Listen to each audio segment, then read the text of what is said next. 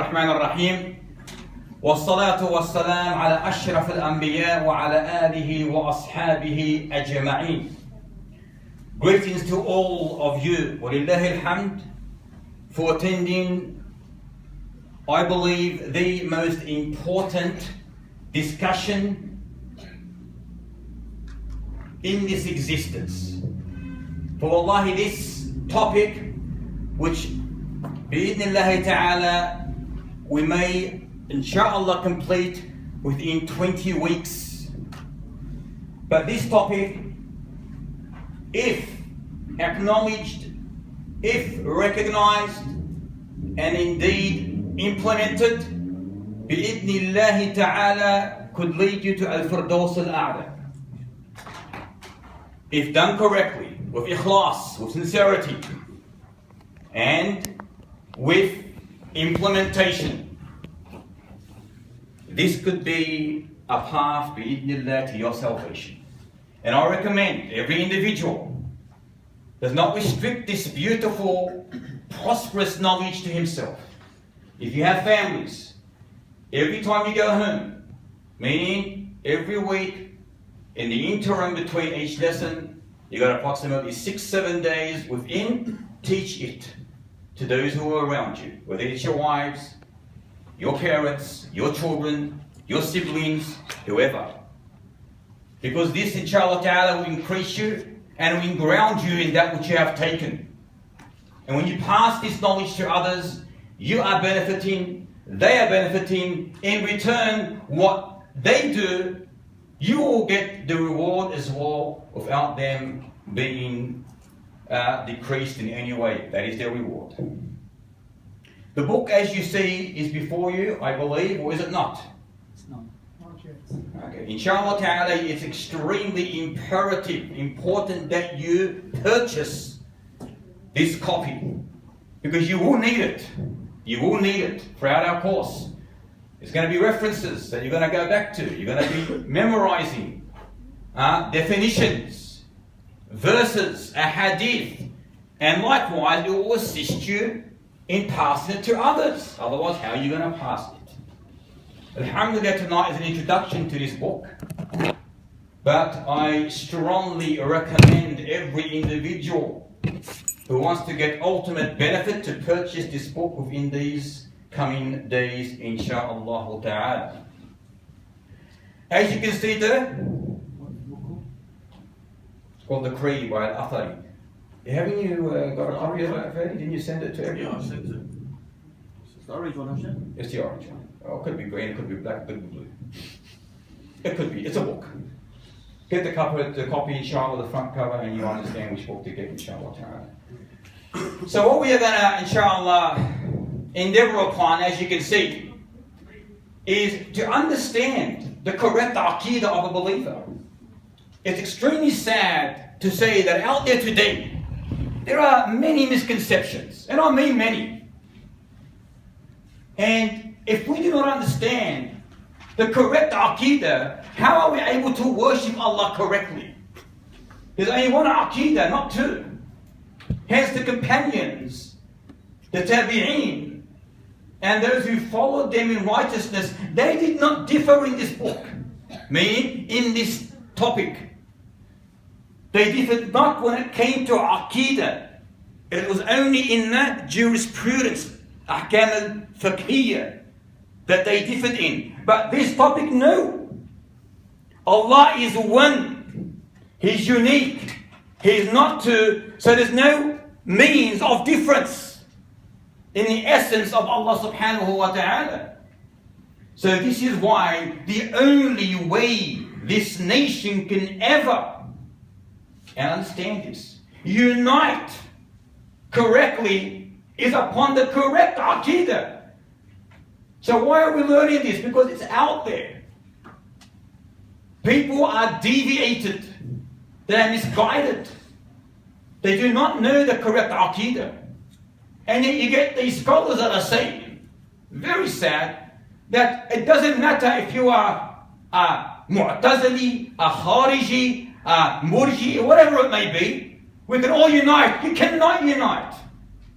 Impossible to unite. if you are not uniting on what was directly given to us by no other than Allah and His Messenger sallallahu alayhi wasallam.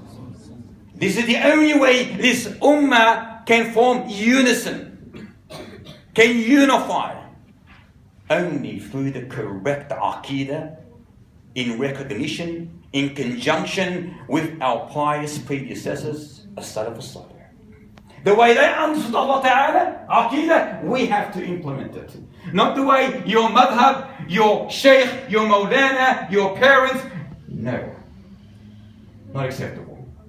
How was it taught to us by Sallallahu Alaihi Wasallam? How did the companions understand it? This is the way that we are commanded.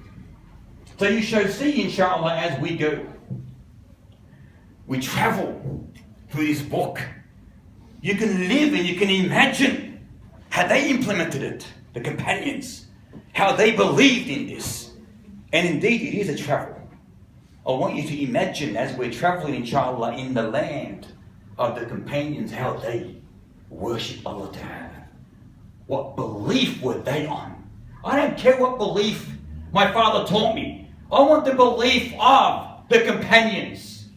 How they understood Allah subhanahu wa ta'ala and the definition of Aqidah. So it's not going to be from my quotes. Understand this. I don't have a quote in this, an opinion. No one has an opinion in this. Not even the companions. But where they got it from is what we need to follow. Again, I repeat, there's no ikhtilaf in Aqidah. You cannot say, Wallah fi qawl thani. No. There's only one opinion when it comes to the essence of Aqidah, the essence of the Almighty Allah. So, what is Aqidah? The linguistic definition. Linguistically, Aqidah means to tie something and make it strong. To tie something and make it strong. I want you guys to write this down because there's going to be an examination at the end of this, inshallah. Huh? To tie something and make it strong. That's Aqidah linguistically. في اللغة العربية. To tie something and make it strong. It's important to understand language so you can understand the technical definition and how it is relevant and it connects to each other. So what does it mean? It means to tie something and make it strong. Not loose, not weak, but strong. Not fragile. It's not Aqidah if it's fragile. It's got to be strong. We've got a Quranic verse in this. You know, you've all probably recited this many a times in Al-Ma'idah verse 89. لا يؤاخذكم الله باللغو في أيمانكم ولكن يؤاخذكم بما عقدتم الإيمان. الأيمان. What is it? بما عقدتم الأيمان. Okay, what is this? This is the Aqidah. The word Aqidah is derived from this. That Allah will not hold you accountable. He will not punish you. For what? For what is unintentional in your oaths. But He will punish you for your deliberate oaths. What is it? In your deliberate, you intended. You say, Wallahi ma ata al-yawm al-insan. Wallahi, he did not come. And you intend that to be an oath. If you are lying, there's an expiation. But if you just an utter or figurative speech, Wallah ma adri. It's called a figurative speech. There's no punishment or accountability in that statement. While the latter, Wallahi sa'af'al qadar. It's an oath. If you do not do what you have swore by, you must expiate for that. And that's what Allah is saying. Except that which you are intending, you are certain of, you intend an oath by, He will hold you accountable for that. That's the linguistic definition. In other words, to make it more clearer, let's paraphrase it. We say that Aqidah linguistically is an Arabic word. Is an Arabic word that refers to when one has determination in the heart. When one has determination in the heart. That's an Arabic word, refers to when one has determination in the heart. Better words again, if you want to more clarity in it. Whatever a person is firm on and convinced of is called Aqidah, whether good or bad, just linguistically.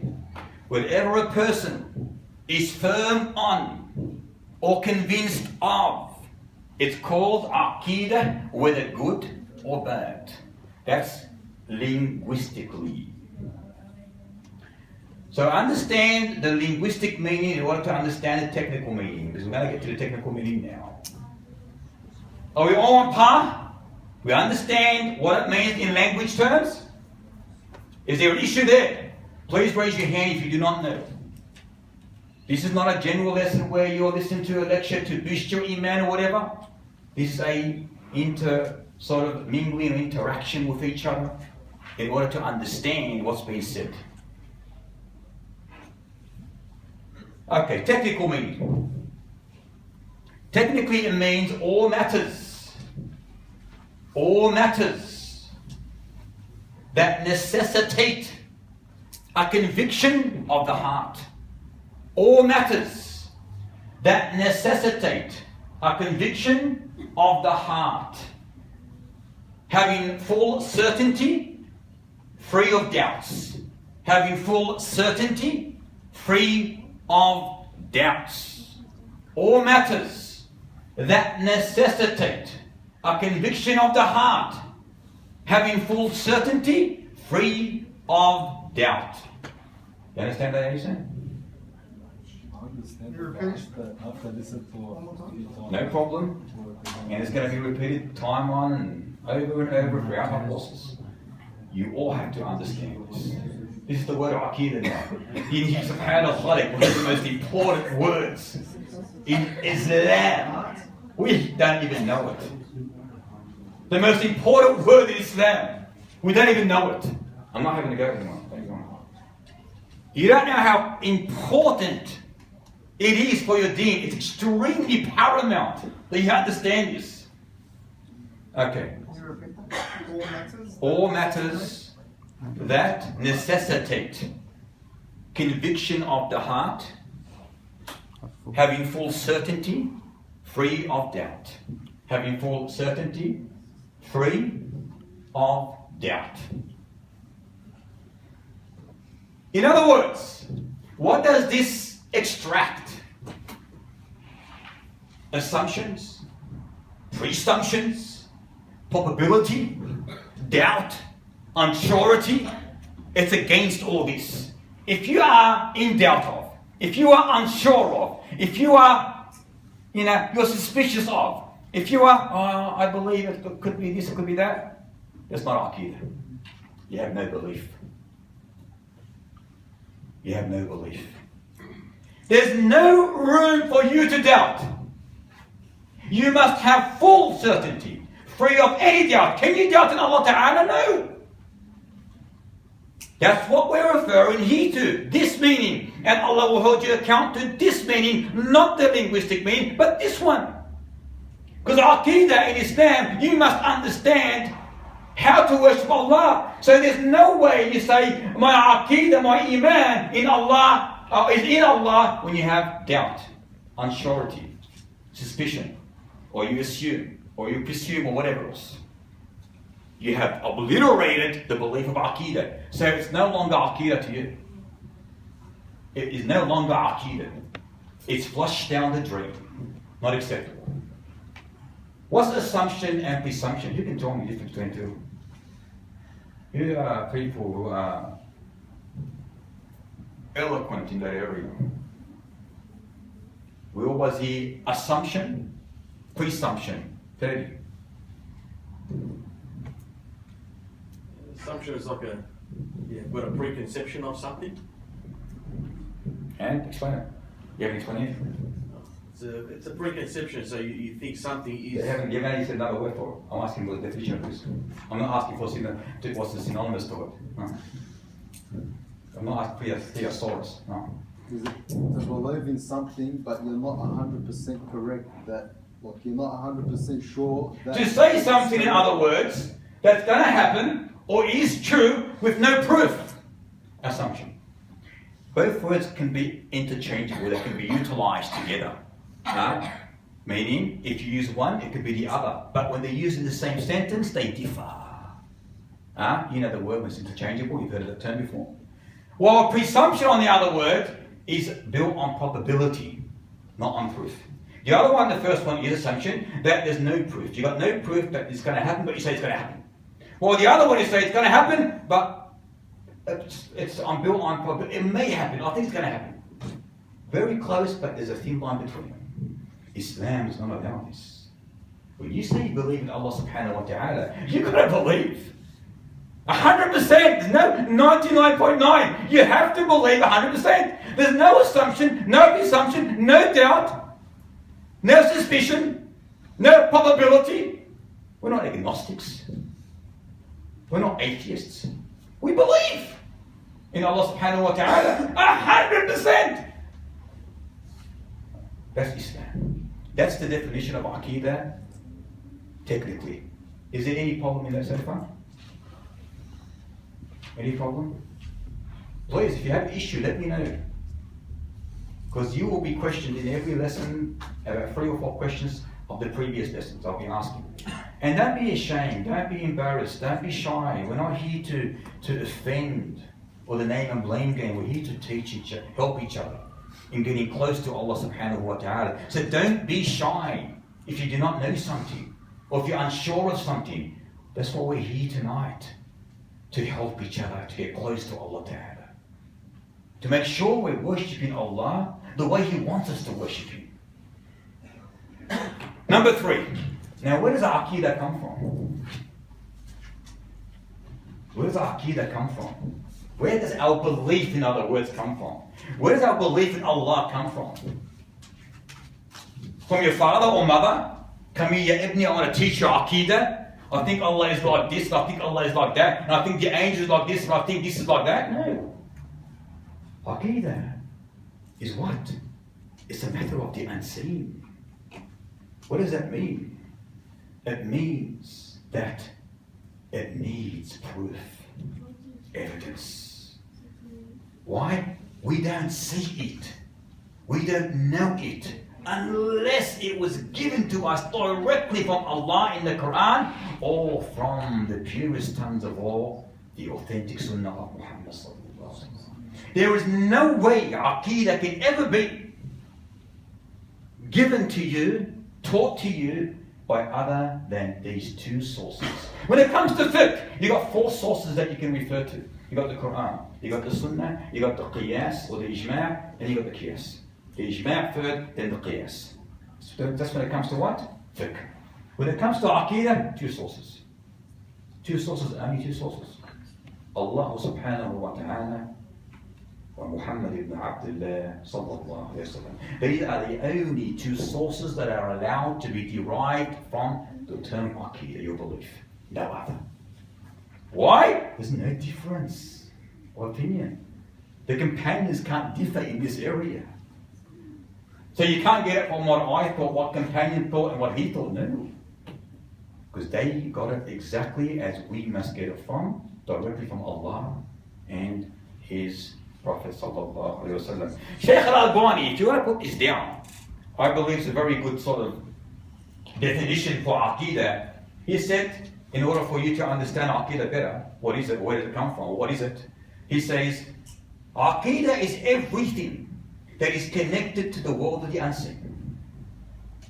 Write it down, it's a very, very profound definition.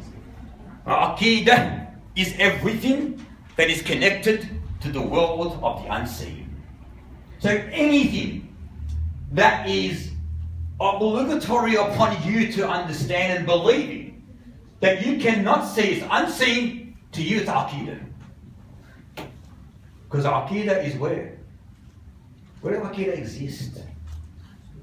In the heart. It's a belief. Aqidah is a belief. Huh? You got to tie it and make it strong and powerful, free from doubt or suspicion. That's what Aqidah is. Which one, Yabila? Aqidah is everything that is connected to the unseen world. الذين يؤمنون بإيش؟ بالغيب. It is those who believe in the unseen. So anything, understand this, that is considered unseen in Islam is considered Aqidah. Anything and everything is Aqidah. Again, due to it being unseen, where do we get it from there? The Quran. It's simple. With Sunnah, the fabricated one or the weak one? The pure, authentic Sunnah. That's where it's from.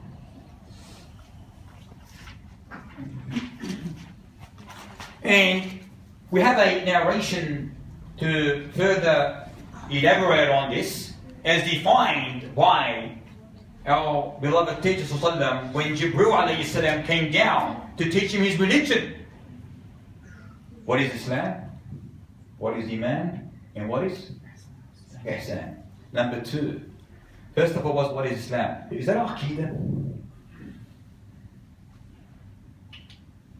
Ya Shabab al-Ummah, according to what we have learned so far, can Islam, the 5 pillars of Islam, can it be Aqidah? Yes. Explain that. Which one's Aqidah, the 5 pillars? It's not unseen. Number 1. Who's Bilal here? How many Bilals we got? What was it? Number 1. Number 1, which is the Shahada. أحسن الله إليك. Isn't number 2 الصلاة والزكاة والحج والصوم عقيدة? No, because it's not unseen. To believe in the sense of to believe that Allah has obligated us, yes, but not in itself. No, but the Shahada is. La ilaha illallah is Aqidah. That's the essence, the ultimate Aqidah. The essence of Allah subhanahu wa ta'ala. But the second one, the pillars of what? Iman. That's Aqidah. Why? Why? You can tell me why. The unseen matters. What is Iman, Ya Rasulullah? Iman is to believe in Allah. Can we say Allah? Unseen. Do we believe it? Of course we believe. 100%. No doubt. Believe in the angels. Do we see? Unseen. To believe in the books. That the revelation of the books, in other words. To believe in the messengers. Do we see? No. To believe on Qada wa Qadar. Yawm al-Akhir. All this is unseen to us.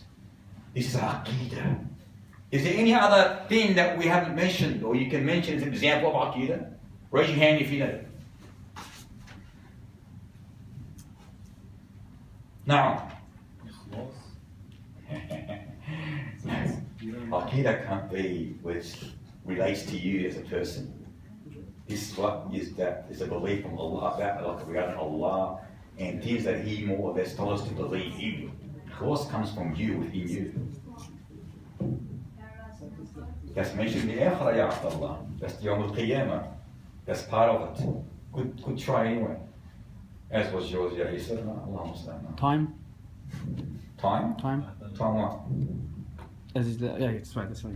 Yeah, that's right. There's one thing that we can't see, you should all know this one. Angels. We mentioned angels. Yeah, the 6 pillars of Iman. You mentioned it. The jinn! That's what I'm after. You have to believe that Allah created jinn who live parallel lives to us. If you don't believe in that, your Aqidah is false. It's rejected.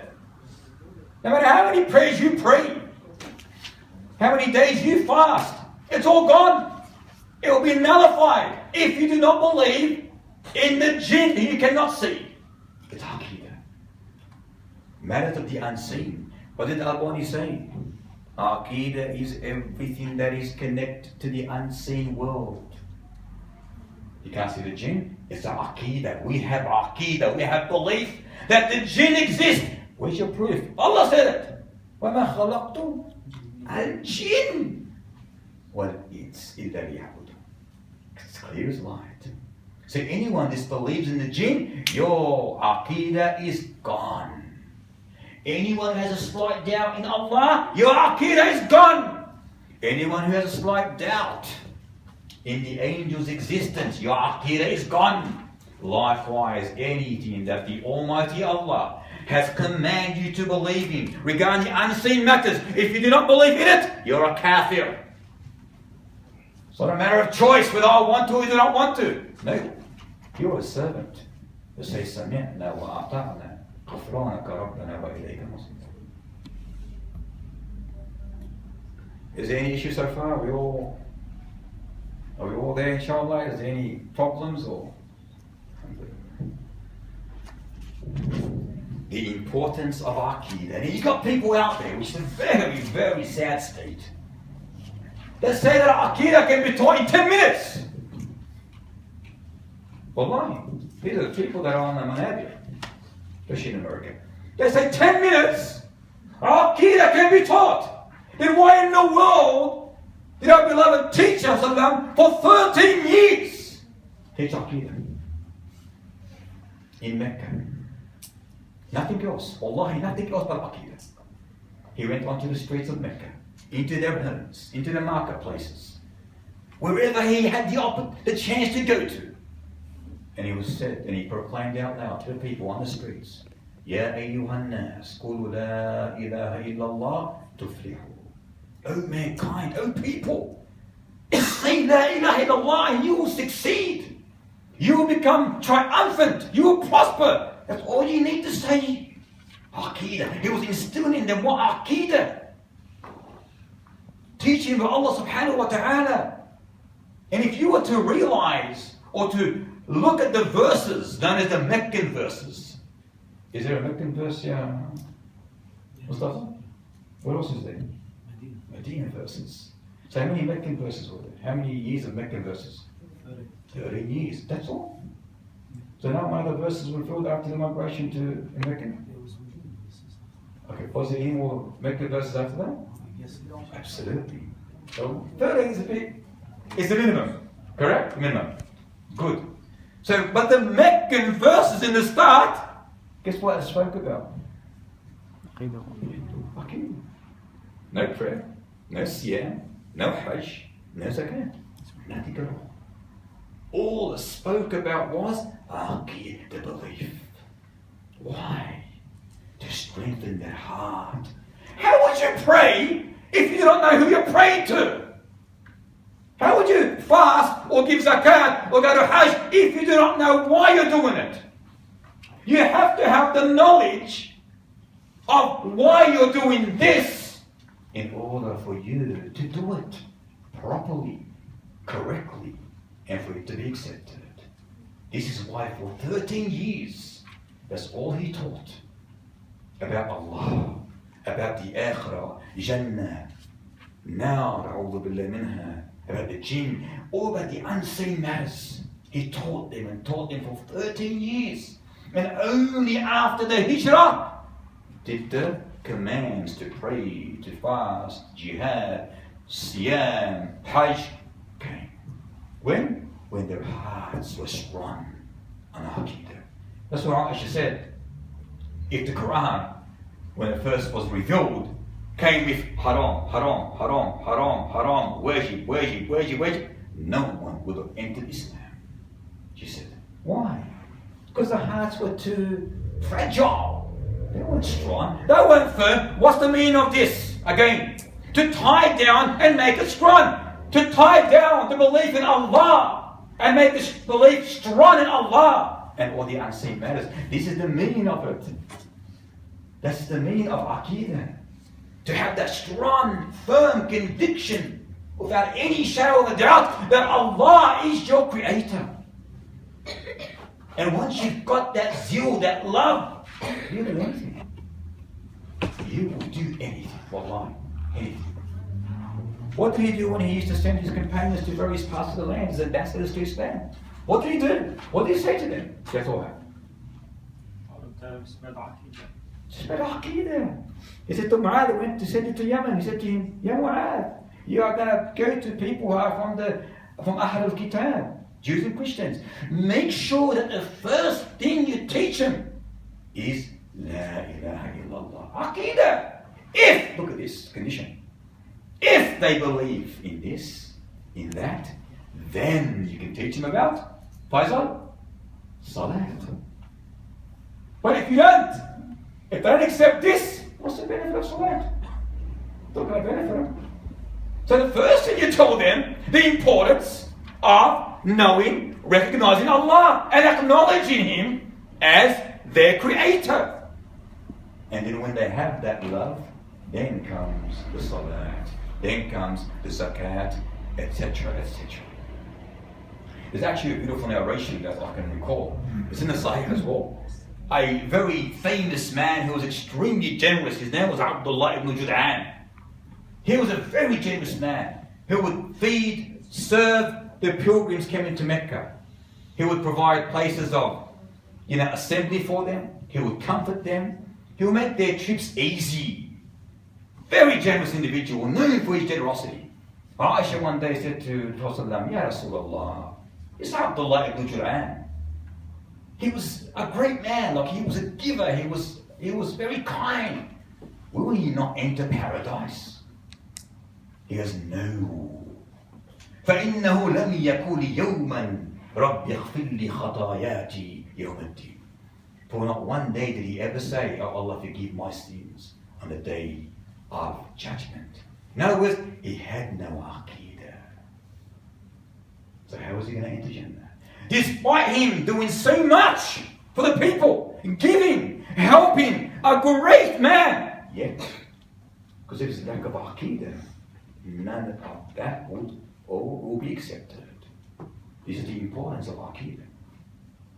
What does the Quranic verse say? وَقَدِمْنَا إِلَى مَا عَمِلُوا مِنْ عَمَلٍ فَجَعَلْنَاهُ هَبَاءً مَنْثُورًا. We bring forth all that which they committed of good, and will be of no use to any of them. Of no use to any of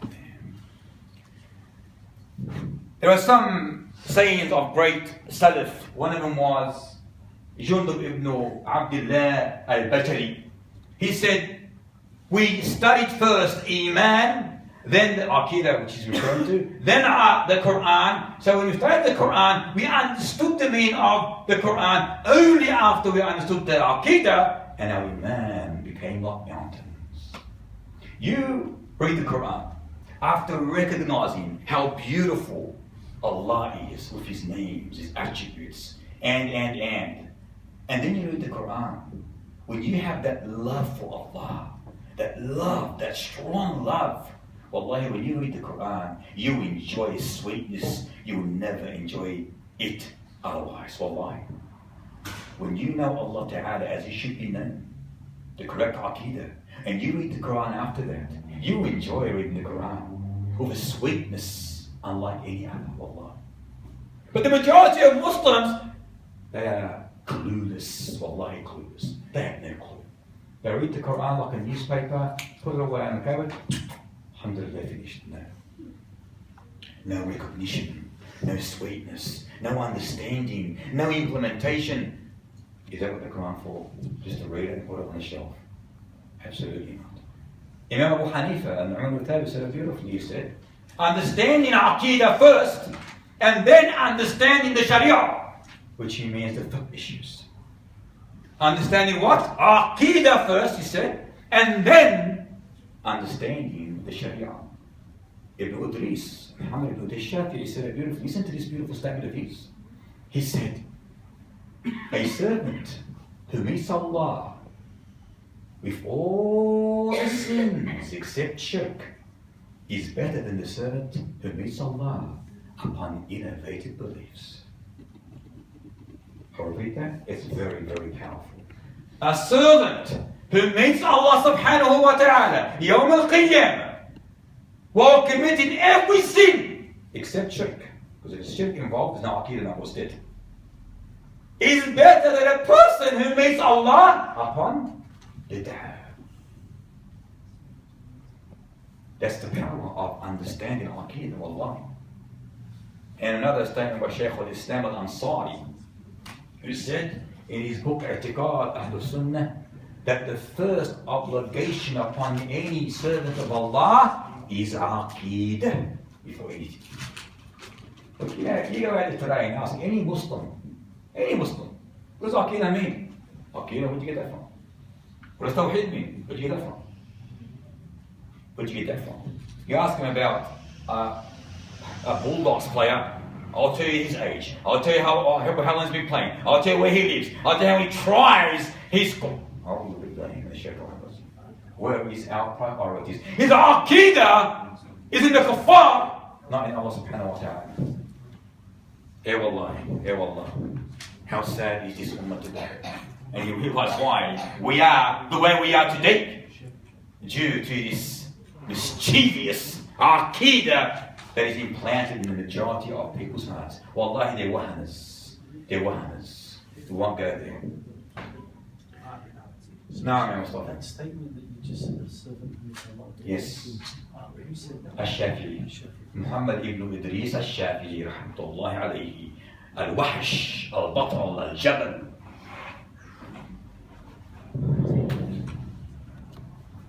Okay, the result.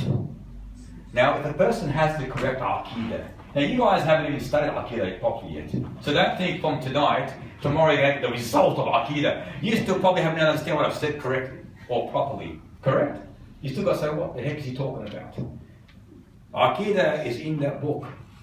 In the next 20 lessons, inshallah, you will be scholars in Aqidah, inshallah. Inshallah ta'ala. No at all deficiency in this subject. Every single one of you, inshallah ta'ala. And you will go and teach it to the world and proclaim the grace of the Almighty. Number 6. What is the result of having the correct Aqidah? Is someone going to give you a certificate and say, congratulations, you are the scholar, the professor of Aqidah, and give you a pat on the back? You don't have to a pat on the back. You don't have to gratitude or praise. You're after what? Paradise. The pleasure of the Almighty Allah. For indeed the pleasure you receive results in that? Paradise. In Jannah. So what is the result of Aqidah? I've put a few things in, there are many, but I've just mentioned a few of them. Provides you with strength. Wallahi it does. What does that mean? Aqidah gives you, wallahi, it gives you a strength. It gives you muscle. Not physically, but here. Strength of the heart. Nothing can break your heart if it's built on Aqidah. And I mean nothing. An example of this. The magicians of Pharaoh. The magicians of Pharaoh. When Moses alayhi salam threw his stick, what happened, Ya Fadi? Snake. It turned into a snake. And then what happened, Ya Umar? Don't forget there was magicians there. They said, how many hours ago? What happened? At 8, he loves you for the sake of Allah. He wants to help you. Although it was still when it was scratching his head, but then you let it go. I was going to bite it off. It ate the snakes of the magician. Why? Because they weren't real snakes. It was a delusion. Something that looked like a snake because they bewitched the eyes. Because magic is not real. It's not real. But the snake of Musa was a snake. Blood and flesh. The real snake. What kind of snake? Allahu A'lam, a cobra, whatever it was. It was a snake. And it devoured the snakes of the magicians. So what happened? Look at the power of Aqidah. Now these are magicians. All their lives, they know no other but to deceive people's eyes. But their eyes could not be deceived when they saw the reality of Allah's power. Aqidah, wallahi, Aqidah in essence. As soon as they recognized, they saw the snake of Musa, a real snake, eating their sticks, not the snakes, their sticks. They said, Amanna bi Rabbi Musa wa Aqidah immediately entered the crux of their heart. It gave them what? Strength to what? to stand against the most tyrant individuals of that time, if not of all times, of Pharaoh. Pharaoh was no small timer. He was tyrannical. He was evil, wallahi. The worst of the worst. No one would dare stand up to Pharaoh. Yet the magicians, they were of Pharaoh, they stood up to this evil, wicked man with no weakness. No weakness. Why? When Aqidah kicked into their hearts, that was it. They had no doubt therein that Allah is truly the one and only one deserving all praise, worship. And Pharaoh threatened them. Did he not? He threatened them. He threatened to crucify them, to chop them up. What did they say? Oh, no. There was no care about what he did. They said, yeah, Pharaoh, do whatever you please. Whether you kill us now or not, we are going to die. And to our Lord is our return. Ahlas. This is the power of recognizing Aqidah Allah. You live that kind of life. Who in the world can defeat you, honestly?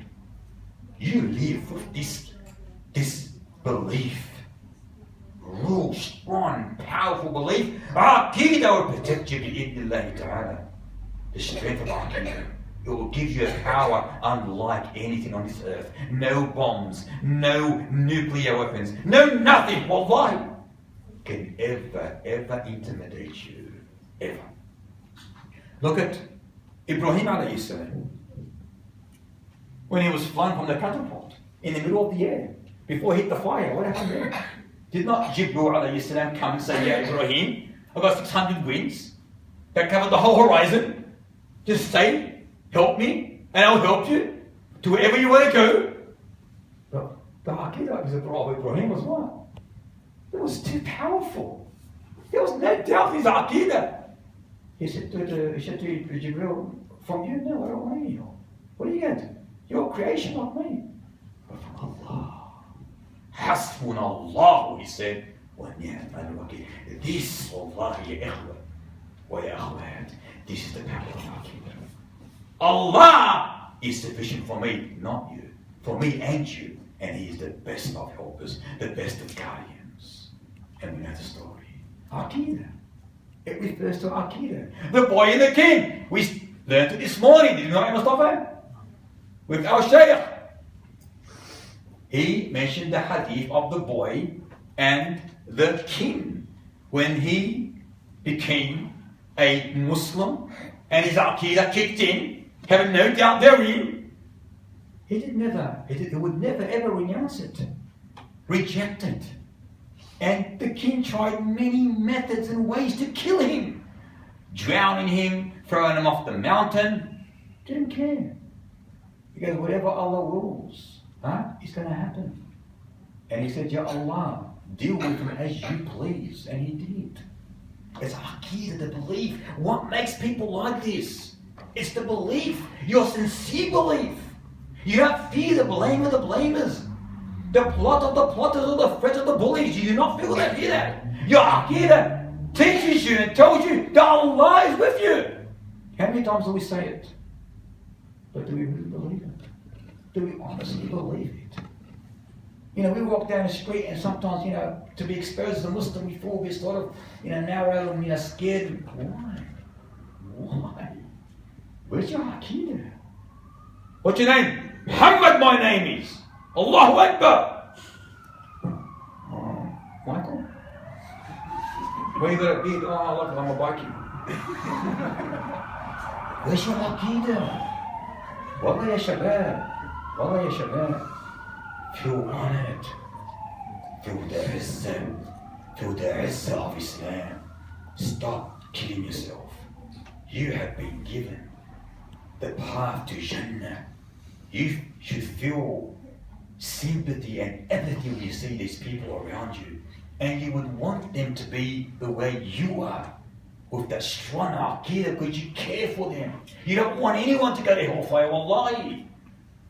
Don't ever feel sort of belittled or disparaged or humiliated because you're a Muslim? Allah gave you that blessing. You feel belittled? That's a sign of weak Aqidah. Ya Ammi, the pagans, they would break, buckle and shake upon hearing whose name? Al-Faruq. Why? Because his Aqidah was not fragile. It was not yes, no, no, yes, my name is, what's your name? Henry. No! Umar! My name is رضيت وأبيت أنا اسمي عمر وإلى الله ترجعون. Aqidah. Wallahi, when it kicks in, Wallahi, you become unbreakable. Only if Allah wants to break you, no one else. You're unbreakable. Only if He wants to break you, no one else. How many examples can we say? When some companions came to Prophet ﷺ was reclining against the Kaaba, what did he say to him? Ya Rasulullah, please ask Allah subhanahu wa ta'ala to alleviate the burden the pagans are, punishing us with. Because what are you guys talking about? What are you saying? Because the God people before you came. And it's the same story of the boy and the king. Where a ditch will be dug for him, and a saw will be placed on his head, the middle of his head. A saw, not that today's saw was with the chainsaw, instantly, no.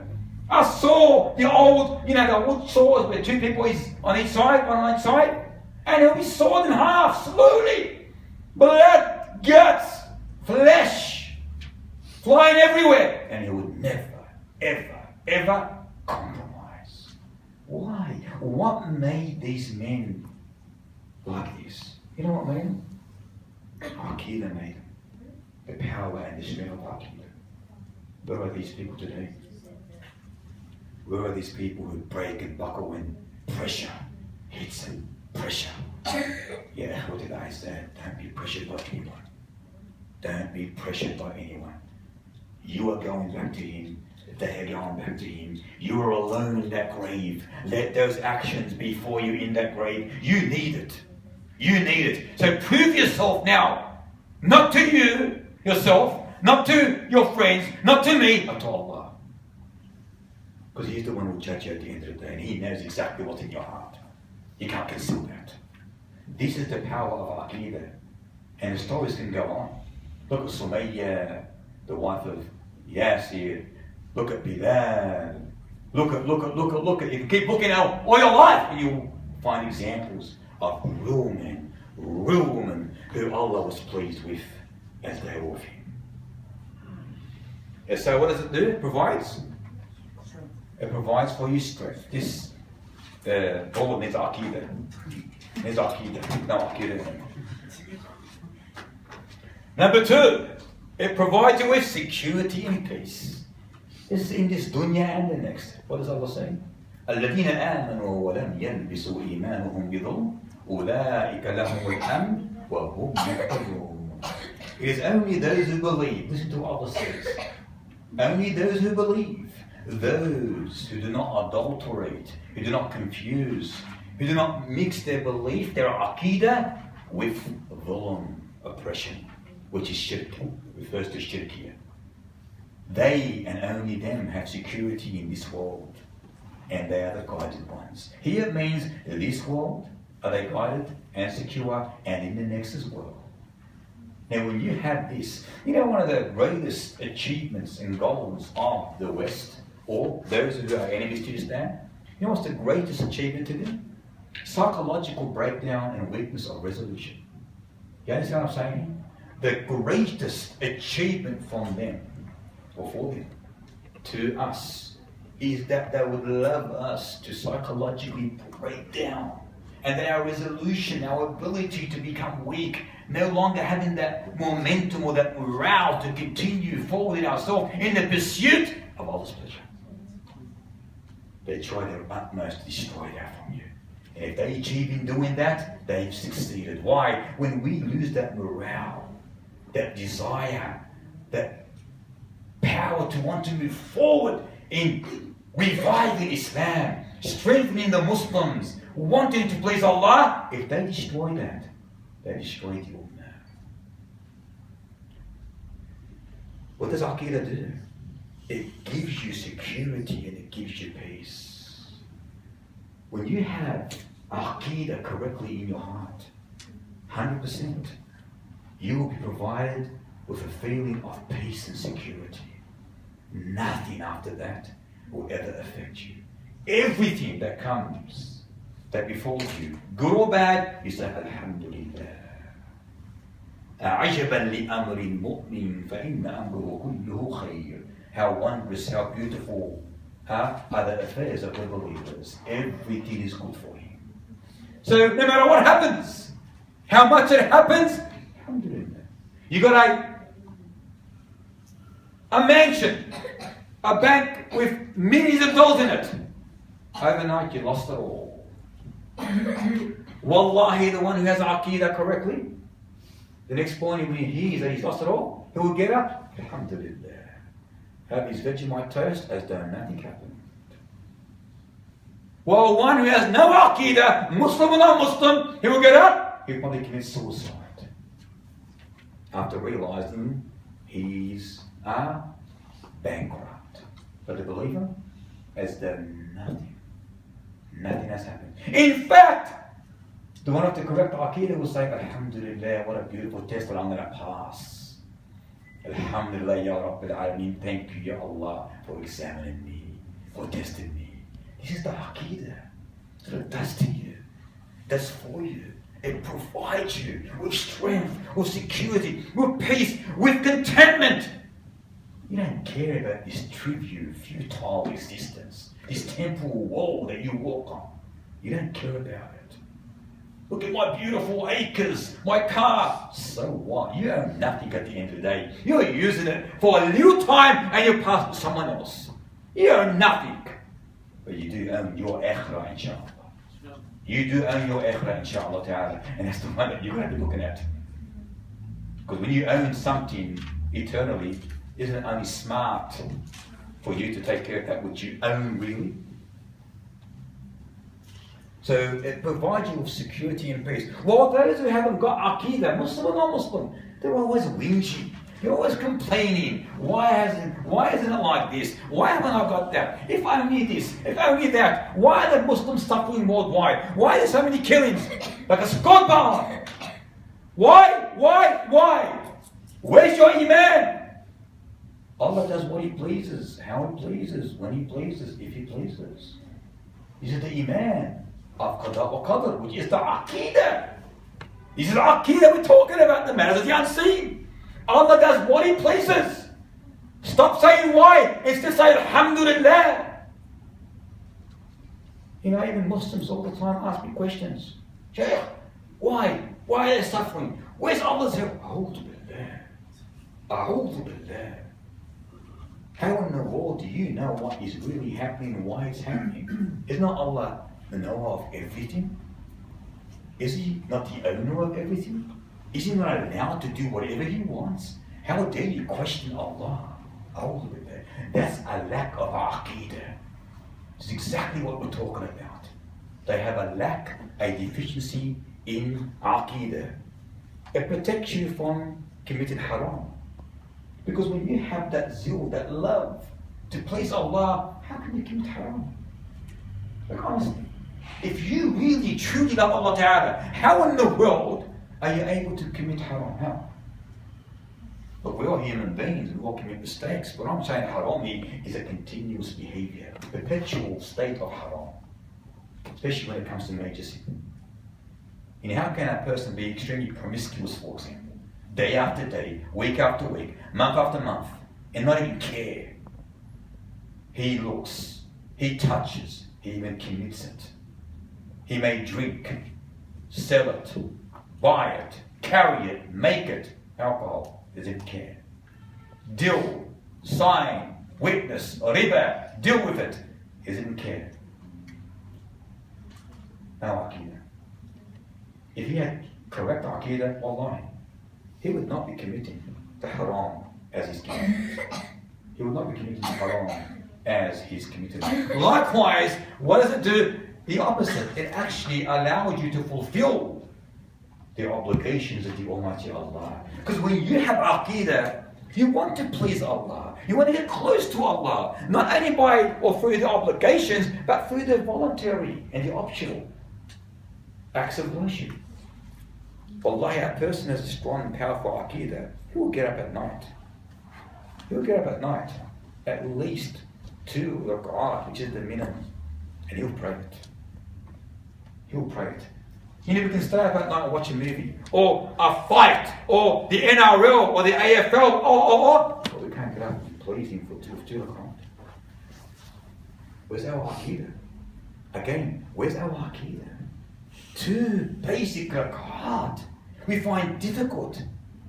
Sheikh. Difficult to do. Where's our belief in Allah subhanahu wa ta'ala?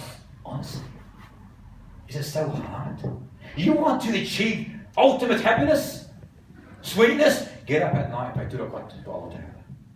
You will be, wallahi, I'll guarantee you will find the sweetness in your day unlike anything else. Just 2 basic rakat. You can't wake up in the middle of the night, no problem. Wake up 10 minutes before Fajr. Make it a constant habit. Because the best of actions are what? Those which are constant, continuous. Not just on and off every 2 weeks, once. No. Small acts, but continuous. They're the best acts to Allah subhanahu wa ta'ala. So don't get up and pray, I want to pray like 11 rakat or 13 rakat or whatever rakat, and then you say, oh, I can't do this every night, and you just let it all go. No, don't do that. You are not Rasulullah, and you can never be like him, Rasulullah, ever. Get up and pray 2 rakat and train yourself. Train yourself. If you want to be a good, for example, mechanic or electrician, can you do it overnight? No. Take shears, become one of them. Likewise, train yourself. And that, bi'idhnillah, will help you. So what does it do, the correct Aqidah? It makes you or gives you that push, that drive to want to please Allah more and more and more. And if you want sweetness, and I'm telling you it's a fact, as Sheikh said it beautifully, if you do not achieve sweetness in this dunya, you will not achieve sweetness in the akhirah. What does it mean? The sweetness comes from one thing. It stems from what? From Iman. And Iman is driven by action, correct? Meaning when you have that Iman, you drive to do more and more because you want to please Allah and no other. And the more you do it, the more closer you become to Allah, as the hadith says, until He or you become a wali of Allah. And then you will be, subhanAllah, a close, like almost you can say a bosom friend, although you are not, but close to Allah subhanahu wa ta'ala, which He will love, which He will love. And the last, but not the least, is it protects you from the punishment of Allah subhanahu wa ta'ala. And there's a narration on that in Kitab al-Tawheed is mentioned in the Sahih, that He said to Almighty Allah in Hadith Qudsi, Ya ibn Adam, law ataytani bi qarab al-ardi khataya, thumma laqitani la tushriku bi shay'a, la ataytuka bi qarabiha maghfira. Allahu Akbar. O son of Adam, Allah is saying, Hadith Qudsi, O son of Adam, if you were to come to me on the day of resurrection with sins equal to this earth, look at this beautiful narration, look how powerful it is. But you come on the day ascribing no partners unto me. The correct Aqidah we're talking about here. This is it. And I will come to you with forgiveness equal to your sins. How can you lose? How can you lose? How seriously, brothers and sisters? How can you lose with a Lord so merciful, so forgiving? Wallahi, how can you lose? This is the power of Aqidah. And then I'll leave it at that, inshallah ta'ala, tonight, because I don't want to go past the time. What time did we start tonight? 7:30. It's only an hour lesson, and we've been an hour and 20 minutes. I don't want to bore you, or tire you, or fatigue you. Why? Because you're going to lose concentration. 1 hour is the lesson, and I will allow questions to be asked. But today, forgive me, we went beyond the time. It was only an introduction to the book.